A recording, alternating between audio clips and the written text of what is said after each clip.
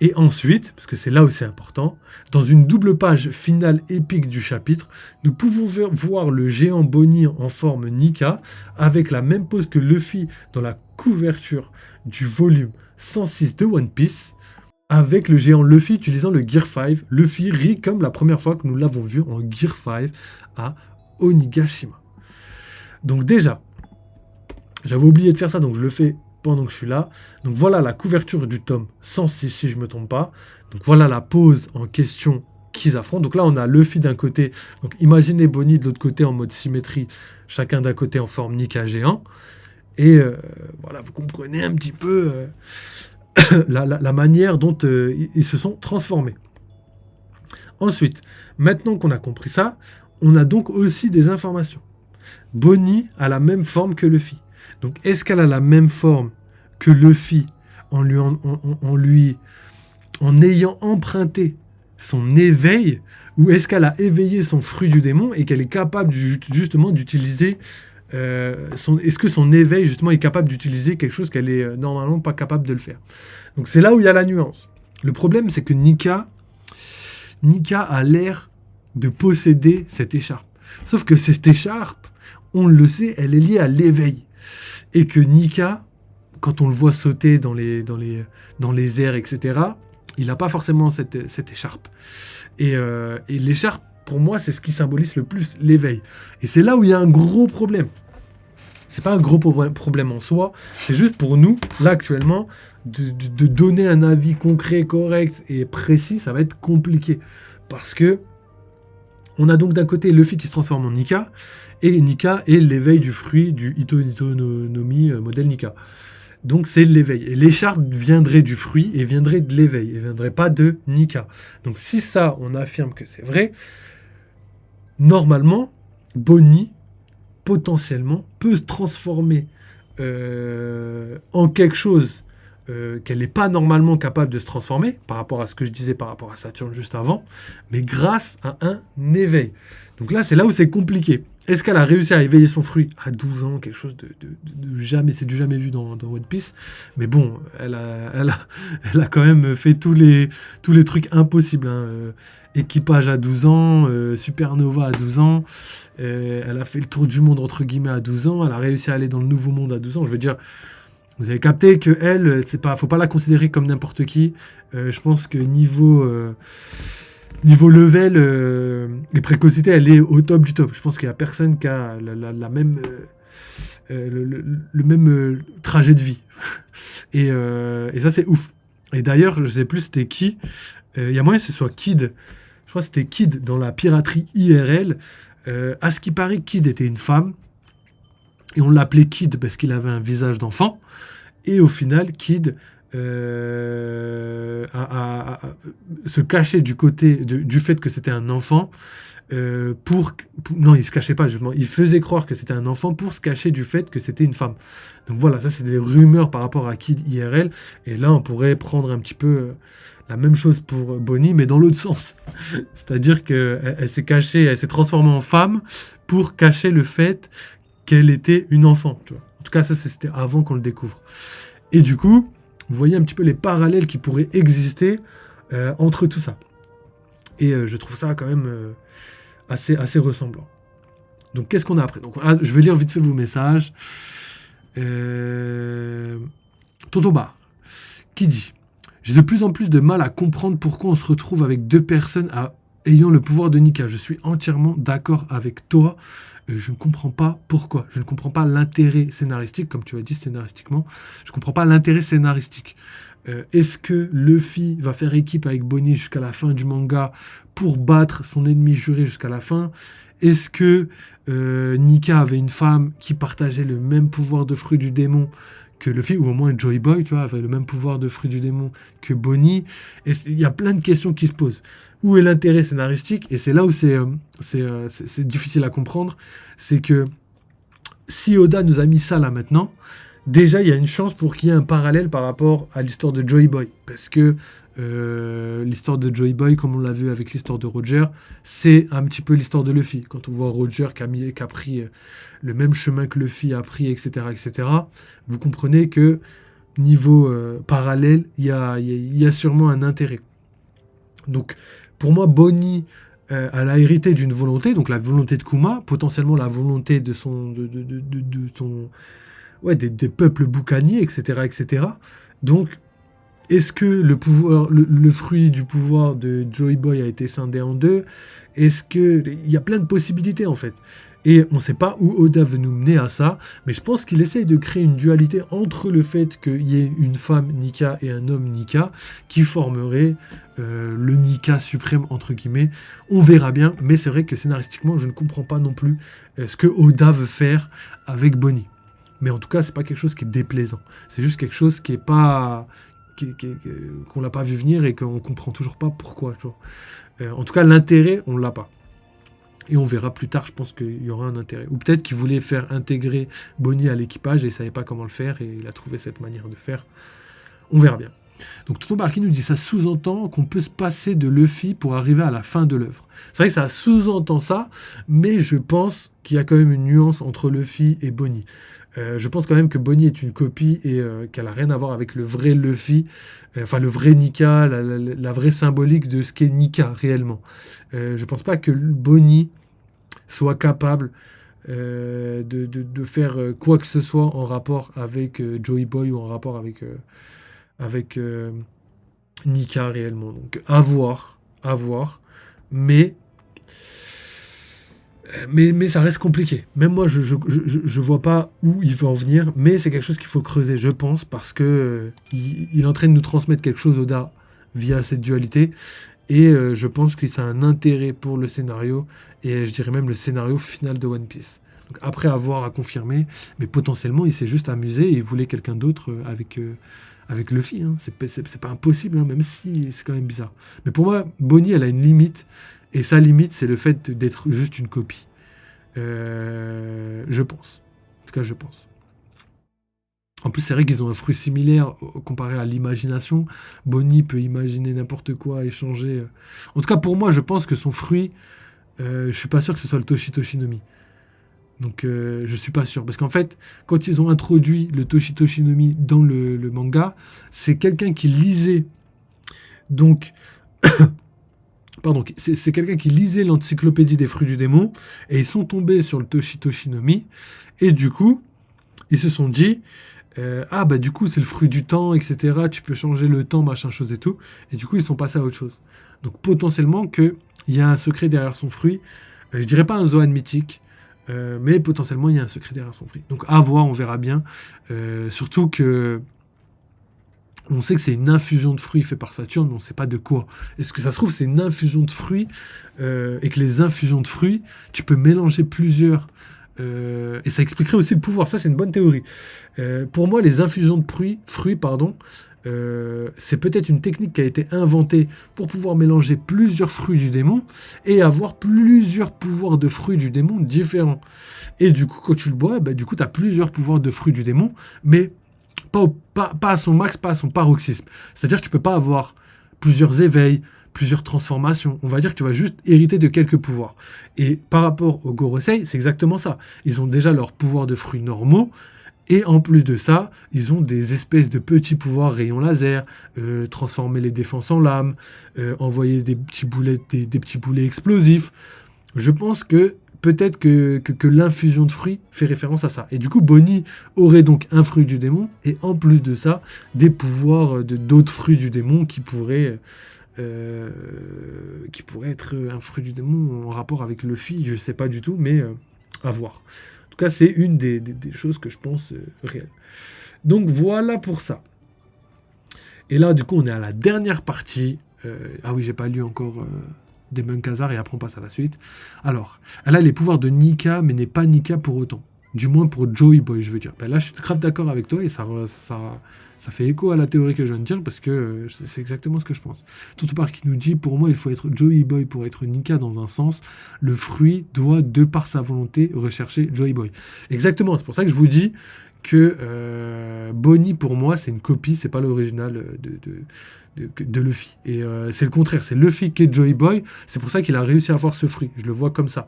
C'est pas parce qu'il a eu ce fruit qu'il a réussi à devenir Joey Boy. Donc je le vois comme ça. Donc je suis d'accord avec tout ce que vous dites là pour l'instant. C'est pour moi le plus cohérent. Du coup, si elle se transforme en Nika, elle est quelque part aussi Joy Boy. Moi, je pense pas qu'elle est quelque part Joy Boy, je pense juste qu'elle recopie quelqu'un, tu vois. Vu que c'est un futur alternatif, c'est de son imagination. Après, c'est vrai que l'imagination en rapport avec Nika, ça, il y a un certain lien. Après, à voir c'est un lien avec Joy Boy, mais tout ça, c'est flou. Et c'est vrai que pour moi, il y a quelque chose à expliquer derrière tout ça. Pour moi, il y a quelque chose. Je sais pas pourquoi Oda a pris toutes ces décisions et de faire venir Nika sous une autre forme, dans une autre personne, si derrière, il n'y a aucune... Donc, soit elle est capable de recopier certains fruits du démon, et elle le lie à son pouvoir, lié, hein, elle le lie du verbe lier, au pouvoir du temps, c'est-à-dire qu'elle fait un futur alternatif et en même temps elle arrive à recopier une certaine partie des pouvoirs d'un autre fruit du démon. On a vu par exemple Katharina Devon ou même la théorie par rapport aux infusions. Donc je pense que soit c'est là-dessus que ça va se baser, ou soit vraiment elle a un intérêt scénaristique légendaire qui est lié avec les boucaniers, parce qu'en fait le problème c'est qu'elle elle est descendante de boucaniers, mais pas génétiquement, étant donné que c'est pas la réelle fille de Kuma, et il y a énormément de chances que Joy Boy soit boucanier, parce que les boucaniers étaient les premiers pirates de l'histoire, ils vénéraient tous un dieu qui s'appelle le Curupira dans le folklore boucanier.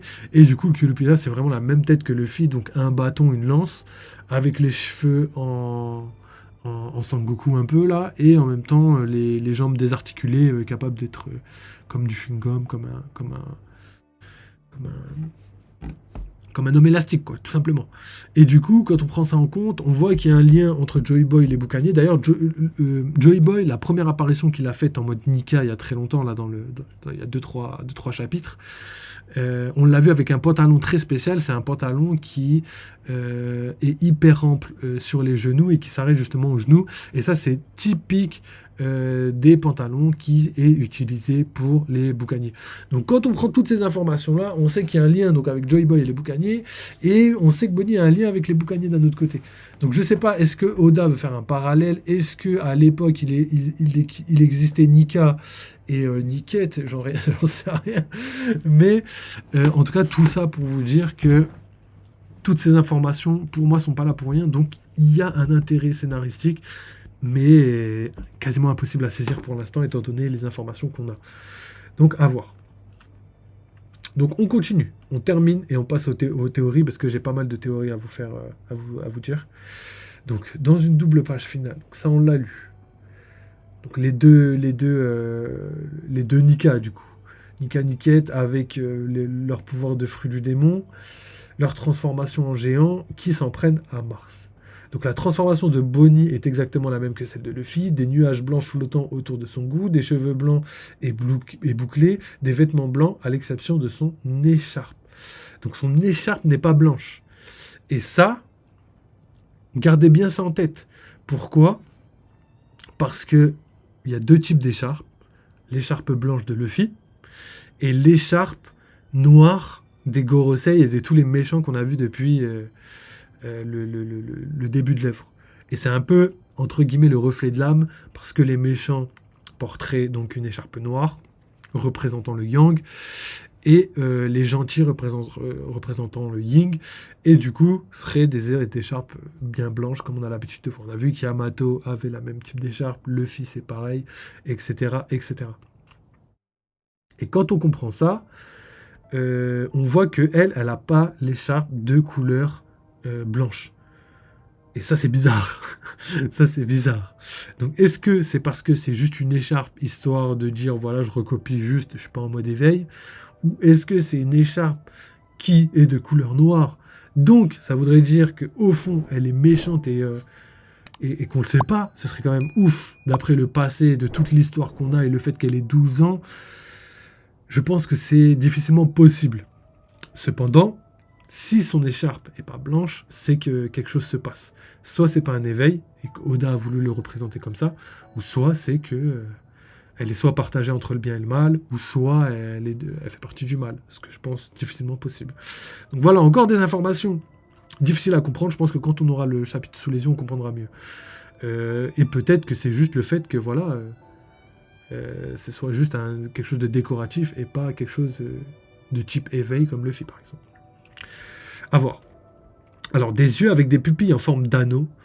Donc ça c'est la suite de la transformation de Bonnie. Donc elle aussi a des pupilles en forme d'anneau. Donc on ne sait pas ce que ça veut dire. On ne sait pas l'intérêt que ça a, mais on sait que Im-sama et Mihawk ont ce pouvoir et que c'est un pouvoir très spécial. Donc, est-ce que c'est lié à une descendance, à une race? Est-ce que c'est lié à un pouvoir? Je sais pas, mais c'est quand même assez bizarre. On verra. Les géants. Alors la marine et les géants sont surprises de les voir. Les géants disent: qu'est-ce que c'est que ça? Wow, il y a 2 Nika. La marine, ce sont des géants blancs. Valkyrie et Jupiter sentent une présence étrange. Ils se précipitent donc vers le vaisseau d'Elbaf. Luffy et Bonnie sont prêts à affronter Mars. Et ça c'est bizarre, parce qu'en fait la présence étrange, ils la sentaient pas quand Luffy était en Gear 5 normal. Donc ça c'est quand même ouf. Là, c'est comme là, on a atteint des levels de détails. Et en plus, c'est ça qui est lourd, c'est parce que voilà, on a un chapitre de 13 pages, pas beaucoup d'images et d'informations par rapport aux grosses informations. Par contre, en termes de sous-entendus et de foreshadowing et de même informations cachées, là, on est vraiment au top du top. Pourquoi? Parce que, gros, là, on a trop d'informations qu'on doit analyser, comprendre. Donc, comme on a parlé, par exemple, de l'intérêt scénaristique, on a parlé des pouvoirs de Bonnie, on a parlé aussi de la pupille, on a parlé aussi de l'écharpe. Je veux dire, il y a trop de sous-entendus qu'on peut faire, mais qu'au final, on n'a aucune information et aucun argument pour défendre cette thèse. On peut avoir des arguments, mais en tout cas, pas de preuves avérées.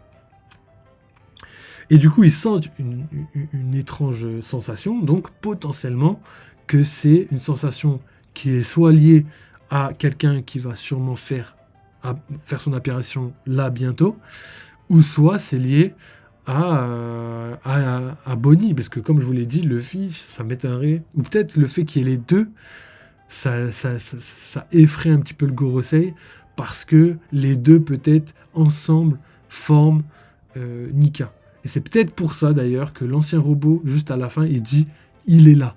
Parce que la somme de la fusion entre ces deux personnages forme le Nika originel, si je peux dire. Donc voilà, c'est un peu compliqué de comprendre réellement. Mais bon, maintenant qu'on a dit tout ça, je pense qu'il faut rester sur le fait qu'il y a une possibilité.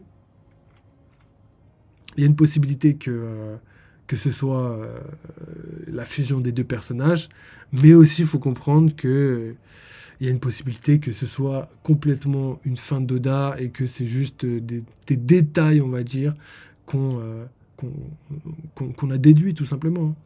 Je pense qu'il y a moyen qu'on soit piégé d'une certaine manière.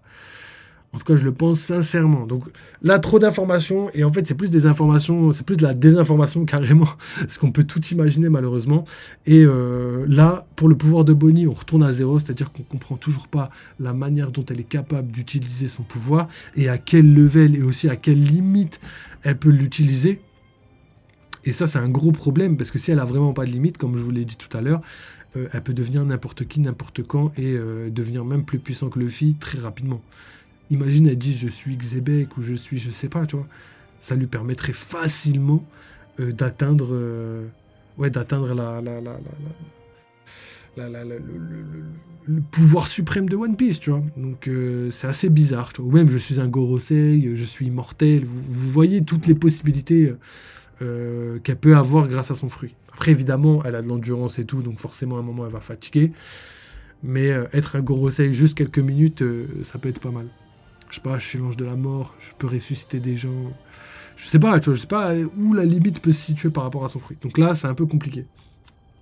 Ensuite, par rapport à toutes les informations supplémentaires qu'on a eues dans le chapitre, l'écharpe blanche, les nuages, machin chose et tout, c'est exactement la même chose pour moi.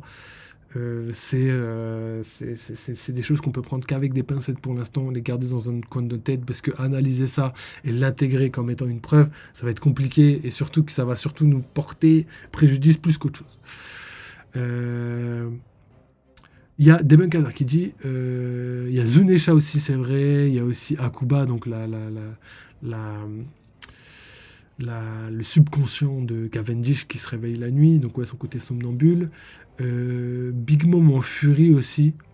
Donc après avoir, après faut bien distinguer les yeux, genre Mihawk, genre Akuba aussi et Im-sama, faut bien les distinguer des autres parce qu'en fait des fois même Luffy il a ça quand il est énervé, même Robin des fois elle l'a quand elle est surprise. Donc je pense qu'il y a quand même deux types de dieux et pour moi c'est vraiment les yeux où il y a une couleur, où il y a vraiment la forme, l'insistance et que c'est tout le temps présent. Parce que sinon comme on l'a dit, après Zunesha je veux bien le compter dedans aussi. Et par contre, les autres, je doute. Tu vois, Big Mom, je suis pas trop sûr. Luffy, Robin, comme je vous disais, ils ont déjà eu plein de fois les yeux comme ça, surtout avant l'ellipse. C'est que après l'ellipse qu'on les a eu moins. Mais c'est vrai que voilà, on peut se poser des questions. Alors Demon Kazar qui dit tu peux jeter un œil aux dernières vidéos de Ryo Sensei, il y a une théorie sur les yeux. Ah ouais, je savais même pas, tu vois. D'ailleurs, c'est vrai que je voulais réacter une théorie, mais là, ça va être compliqué. Ça va être compliqué. Je vais d'ailleurs revenir là vite fait. J'arrive en 2-2.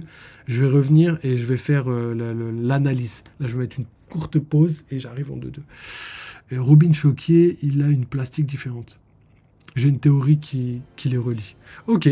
Bah vas-y, il faudra qu'on fasse tout ça parce que il commence à avoir beaucoup de théories. Donc voilà, en tout cas pour la fin du chapitre, je pense que j'ai tout dit. Mars qui est donc d'abord Luffy et Bonnie qui se précipitent. Donc Mars d'abord qui se précipite vers le vaisseau d'Elbaf et Luffy et Bonnie sont prêts à affronter Mars. Mars qui réagit pas et Luffy et Bonnie donc qui dit allons-y et ouais donc c'est parti, let's go pour le combat. J'ai hâte de voir le combat dans le prochain chapitre parce que ça va être légendaire, le chapitre de la semaine prochaine. On va avoir des révélations, on va avoir aussi la puissance, etc. etc. Et on va voir aussi si Bonnie a les mêmes capacités que Nika. Parce que c'est compliqué. Personnellement, je trouve ça assez compliqué au niveau de son pouvoir. De pouvoir égaler Luffy, ce serait complètement aberrant. Donc je sais pas où Oda veut nous mener, mais je pense qu'il a une idée en tête et que ce sera pas quelque chose de mauvais, en tout cas de mal fait. Donc voilà en tout cas pour ça. Là, on a fini en tout cas pour l'analyse du chapitre.